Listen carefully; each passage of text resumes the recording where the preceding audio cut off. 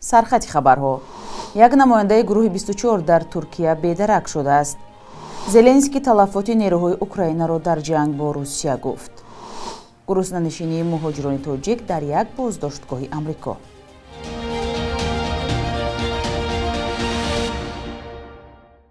салом бинандаҳои азиз, умедворам хубед ва навиди бомдодиро тамошо доред ки аз душанбе тақдиматон мешавад. имрӯз 26 феврал аст. як намояндаи гурӯҳи 24 созмони сиёсии фаъолияташ мамнӯъ дар тоҷикистон чаҳор рӯз боз дар шаҳри Истамбули Туркия бедарак аст. масъулони созмон гуфтанд Насимҷон Шарифов 39 сола субҳи 23 феврал аз ҷои зисташ ба берун баромад ва бо ҳамин тамос бо ӯ қатъ шуд. Туркия макони зисти гурӯҳе аз мухолифони ҳукумати Тоҷикистон аст. мақомоти он кишвар дар гузашта чанде аз фаъолони гурӯҳи 24-ро бо дархости душанбе дастгир вале дертар раҳо карданд. Насимҷон Шарифов ки аз соли 2015 дар Туркия зиндагӣ дорад, дасти кам 3 бор дастгиру озод шудааст. ӯ соли 2018 беш аз 2 моҳро дар боздоштгоҳ гузаронд. маълум нест ин дафъа низ дастгир шудааст ё мушкили дигаре вуҷуд дорад. Насимҷон Шарифов дар гӯшае аз Туркия ба таври қонунӣ мезист, аммо муваққатан барои 10 рӯз ба Истамбул омада буд. мақомоти Туркия то ҳол ҳанӯз дар бораи сарнавишти ин фаъоли мухолифони тоҷик хабар надоданд. ҷониби Тоҷикистон ҳам ба иддаои рабуда шудани ӯ вокуниш накардааст. президенти Украина бори аввал талафоти нерӯҳои кишварашро дар ҷанг бо Русия эълон кард. Владимир Зеленский рӯзи 25 феврали имсол дар нишасти матбуотӣ гуфт 31 000 сарбози украинӣ ҳангоми дифоъ аз хоки худ ба ҳалокат расиданд. ин омор қурбонiyonро дар миёни мардуми осоишта дар бар намегирад. раиси ҷумҳури Украина инчунин теъдоди сарбозони захмӣ ва бедаракшударо нагуфт. Сергей Шойгу вазири дифои Русия дар моҳи декабри соли 2023 гуфт ки 383 000 сарбозу афсари Украина кушта ва захмӣ шуданд. Зеленский рӯзи якшанбе талафоти Русияро дар ҷанг 500 000 нафар баршумурд. Москав талафоти нерӯҳояшро дар ҷанги бедалелаш дар Украина фош намекунад. як гурӯҳ аз рӯзноманигорони бахши Русии BBC, Медиазона ва Ихтиёриён дар солгарди дуввуми ҳамлаи Москав ба хоки Украина номи беш аз 45 000 нерӯи кушташудаи Русияро ҷамъ оварданд. зимнан субҳи 24 феврали соли 2022 Русия ба хоки Украина ҳамла кард ва ин ҷанг то ҳол давом дорад. шаҳру деҳоти зиёд хароб, ҳазорҳо нафар куштаву захмӣ шуданд. дар рӯзи дуввумин солгарди ҳамлаи Русия ба Украина ва бо ибтикори сафорати Украина дар душанбе ва намояндагии Иттиҳоди Аврупо дар Тоҷикистон намоиши аксҳо аз ин ҷанг доир шуд. ҳамкорони мо Барод Юсуфӣ ва Искандари Фирӯз ҳам дар ин чорабинӣ ширкат доштанд ва гузорише ҳам таҳия карданд ки ҳамроҳ мебинем.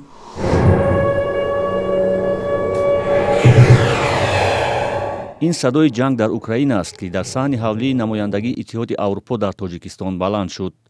сафорати Украина дар Тоҷикистон дар ҳамкорӣ бо Иттиҳодияи Аврупо дар Тоҷикистон дар дуввумин солгарди оғози ҳамлаи Русия ба ин кишвар дар шаҳри Душанбе ҳамоише баргузор кард ки намоиши аксҳо як бахши он буд. дар ин маҳфил намояндагони корпуси дипломатии муқими Душанбе ва шаҳрвандони Украина ширкат доштанд. дар давоми ин 2 сол Украина тавонист бо тамоми тавоноӣ дар баробари ҳамлаҳои Русия истодагарӣ кунад ки онро мешавад бо муҳорибаҳои ҷанги бузурги ватанӣ муқоиса кард. мо тавонистем ки кишварро аз нобудӣ нигаҳ дорем. дипломатҳои хориҷӣ дар ин ҳамоиш бо пуштибонӣ аз Украина суҳбат карданд. сафири намояндагии Иттиҳоди Аврупо дар Тоҷикистон гуфт таҷовузи Русия ва Украина барои тамоми боқии ҷаҳон ҳолати хатарзорро ба миён овардааст ва бояд боздошта шавад.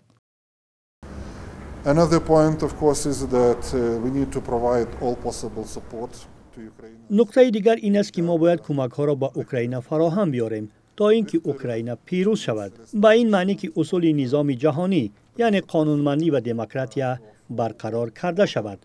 мо онҳоро бояд кӯмак кунем ва кӯмак ҳам мекунем.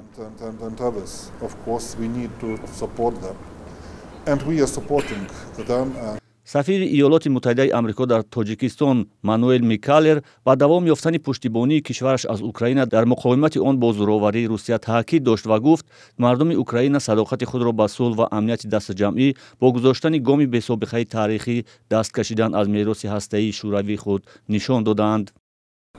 Хочу подчеркнуть, что наша борьба не с русским народом, а с той диктатурой, میخواهم تاکید کنم که مبارزه ما ضد مردم روسیه نیست، بلکه ضد مقامات خودکامه این کشور است. ما از آنکه روسیگی ها از ژورنالیستان و مادران گرفته تا معلمان مکتب و پزشکان که ضد جنگ و با طلب صلح به کوچه ها برآمده خود را زیر خطر میگذارند استقبال میکنیم. Школьными учителями и врачами подвергая себя самому большому риску.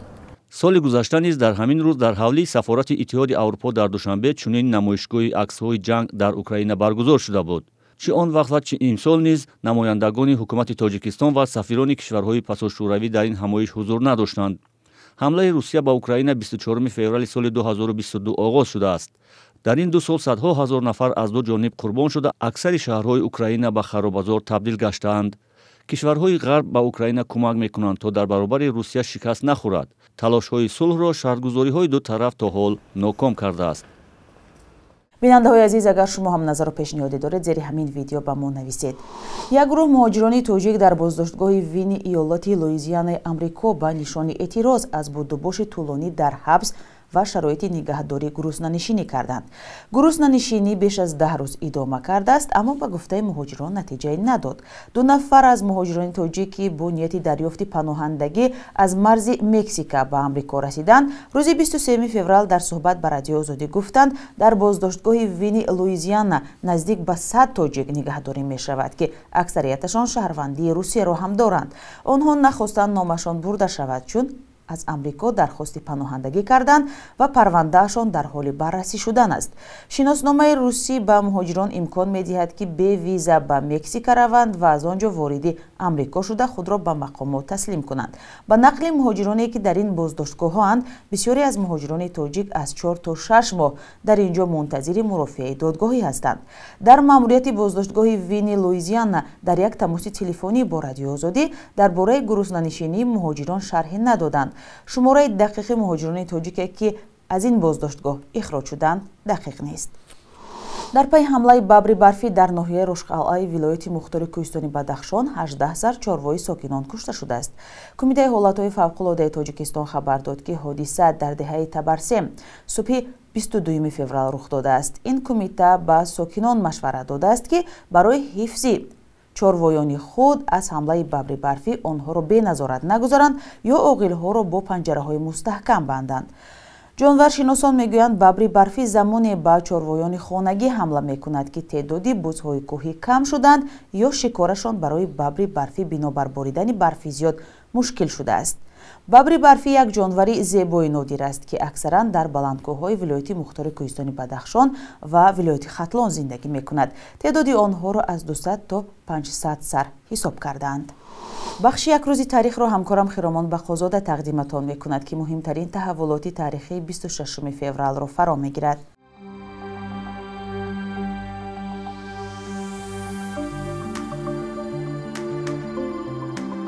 26 феврали соли 1990 артиши иттиҳоди шӯравӣ ба тарк кардани хоки Чехословакия шурӯъ кард, вале барои пурра холӣ кардани ин кишвар аз 70 000 сарбозу техникаи низомӣ беш аз 1 сол лозим шуд.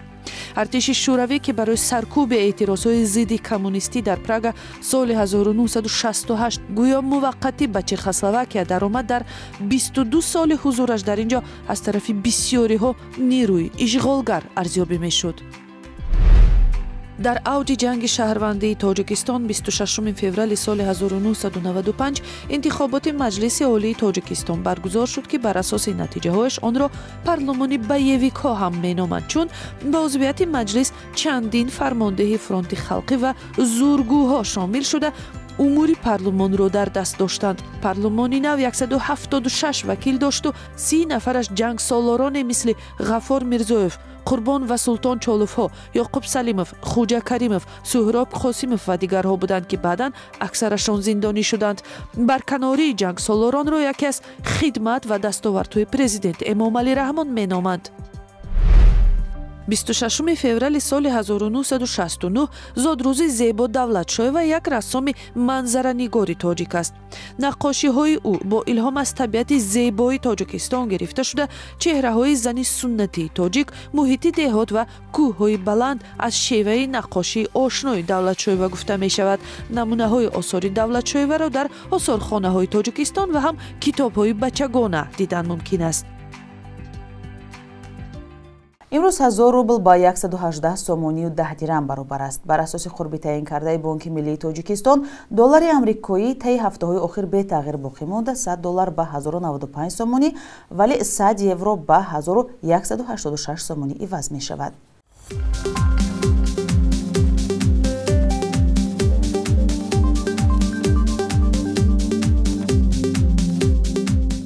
бинандаҳои азиз, шумо навиди бомдодиро бо охирин хабарҳо тамошо кардед. назару пешниҳоди худро ба мо нависед. то фардо, худо нигаҳдор.